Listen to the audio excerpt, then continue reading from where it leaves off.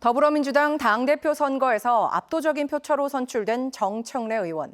국민의힘을 겨냥해 강도 높은 메시지를 쏟아내면서 여야 강대강 대치 국면은 더욱 격화될 전망입니다.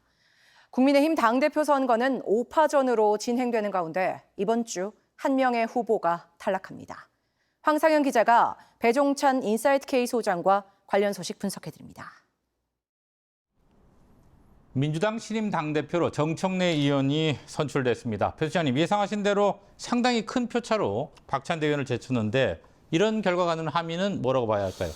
그 가장 큰 이유는 이제 당원들의 여론이 뭉쳐졌다라고 봐야 될 것 같고, 그만큼 이제 강성으로 가겠다라는 것이고, 여야 협치보다는 여야 대결 구도를 뚜렷하게 해서 민주당의 선명성을 강조하겠다라는 성격이 분명히 드러났다, 이렇게 봐야 될 것 같습니다. 말씀하신 대로 정 신임 대표 취임 일성이 강했습니다. 네. 사과와 반성이 없으면 국민의힘과 악수하지 않을 것이다. 그래서 야당이 반발하고 있는데 앞으로 여야 관계 협치 기대하기 어려워지는 건가요? 상당히 좀 어렵다고 봐야 되겠죠. 없지는 않을 겁니다. 그럼에도 불구하고 대통령은 굿캅, 좋은 경찰, 또 당대표는 배드캅, 나쁜 경찰, 서로 간에 이 강원 양면 전략을 펼치고 있기 때문에 그렇기 때문에 지금 이 정청래 대표가 이끄는 당은 더 강해질 수밖에 없습니다. 그렇다면 뭐 협치를 하는 순간도 있겠지만 오히려 협치보다는 더 강하게 내년 지방선거까지는 밀어붙이는 국면이 될 가능성이 높다고 봐야 되겠죠. 자, 이런 가운데 국민의힘도 5파전 당권 레이스가 시작됐습니다. 지난 일요일 날 전당대회 후보자 비전대회 열렸었잖아요. 네. 후보들이 통합, 대여 투쟁, 또 인적 쇄신 뭐 각각 다른 얘기를 했는데 어떻게 보십니까? 여기서 뭐 중요한 것은 결국은 그 성격을 벗어나지는 못했다고 봐야 되겠죠. 탄핵 반대냐, 탄핵 찬성이냐. 근데 이제 공통점은 하나 있어요. 반 이재명이라는 거. 하지만 문제는 뭐냐면 결국 반 이재명 전선을 펼칠 때도 당 내부가 수습이 돼야 되거든요. 그러니까 결국 그 해결책이 나오지는 않았어요. 결과적으로는 그 비전 제시하는 순간에도 앞으로 또 전당대회까지도 가장 국민의힘 앞에 놓여 있는 과제는 당내의 이 분란을 어떻게 수습할 것인가. 이것이 제1 과제라고 봐야 되겠죠.